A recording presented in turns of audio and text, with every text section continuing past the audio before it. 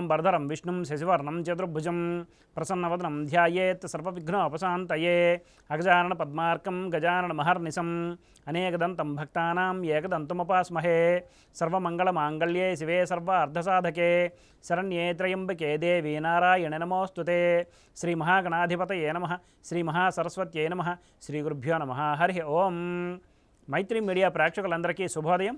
నేడు శనివారం కనుక శని మరియు రాహుగ్రహాల ధ్యాన శ్లోకాలతో మన శుభోదయం కార్యక్రమాన్ని ప్రారంభిద్దాం.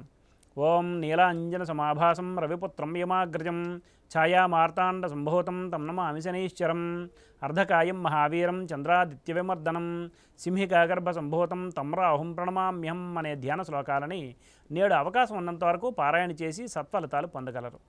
ఆంగ్ల తేదీ ప్రకారం తేదీ 25/5/2024 శనివారం, శ్రీ క్రోధినామ సంవత్సరం, ఉత్తరాయణం, వసంత ఋతువు, వైశాఖ మాసం, బహుళపక్షం, భద్రతిథి అయిన విద్య రాత్రి 6:40 వరకు ఉన్నది, పిమ్మట తదియ. జ్యేష్ఠ నక్షత్రం పగలు 10:37 వరకు ఉన్నది, పిమ్మట మూలా నక్షత్రం. నేడు వర్జ్యం రాత్రి 6:42 నుండి 8:19 వరకు ఉన్నది. దుర్ముహూర్తం సూర్యోదయం నుండి 7:07 వరకు ఉన్నది. నేటి సూర్యోదయం 5:23 కాగా సూర్యాస్తమయం సాయంత్రం 6:22.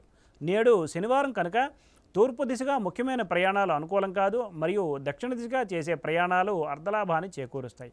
ఇక నేటి శుభ సమయాలను పరిశీలిస్తే పగలు 10:20 నుండి 11 వరకు, పిమ్మట సాయంత్రం 6 నుండి 7 వరకు మంచిది.